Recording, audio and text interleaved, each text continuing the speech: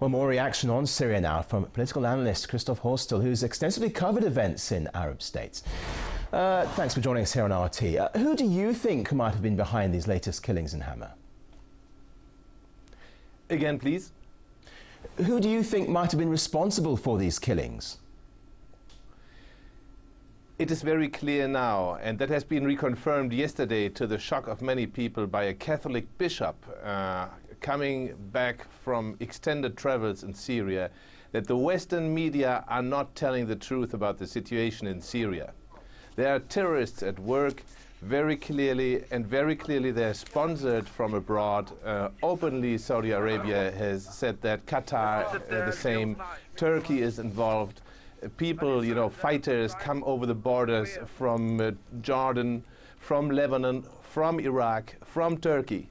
And that, in fact, heats up the situation very much, and there are all kinds of media lies. The most recent was from Homs, where we hear that 80 people were killed in a massacre. Well, the same resistance group, publishing this, said a little later that there were just 50, and then it was 24. This was all in official German radio, and in fact the government says it was 9, but the killing was done by the terrorists, and I think that is believable, and the other things are lies, the usual lies we hear since a year.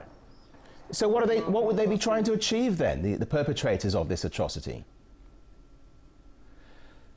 You see, what we have here is a strong disability of the outgoing Syrian government to handle this public relations case.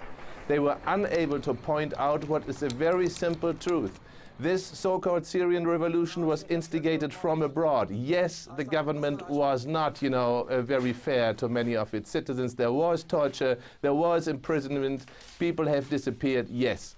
But a revolution going on, that was made from abroad. We have eyewitnesses. I have quoted this on this TV station, thanks to you. And now we have the situation that it's an either-or question. Either the new government in Syria tackles and comes to terms with this challenge of, challenging the Western media at home, or they will fail. That is very clear. And the solution can only come, if the lying stops and those countries behind the terror are openly addressed.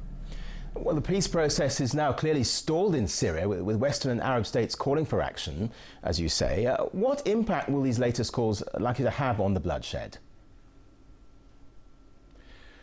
You see, the bloodshed going on right now, that's a desperate fight. When the terrorists called off the Annan peace plan, that was in fact a joke. They had never stuck to it.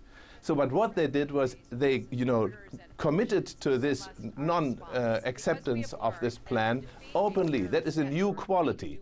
And now what I hear, the recent news of today, is that there's an all-over fight going on between the Syrian government troops and those terrorists.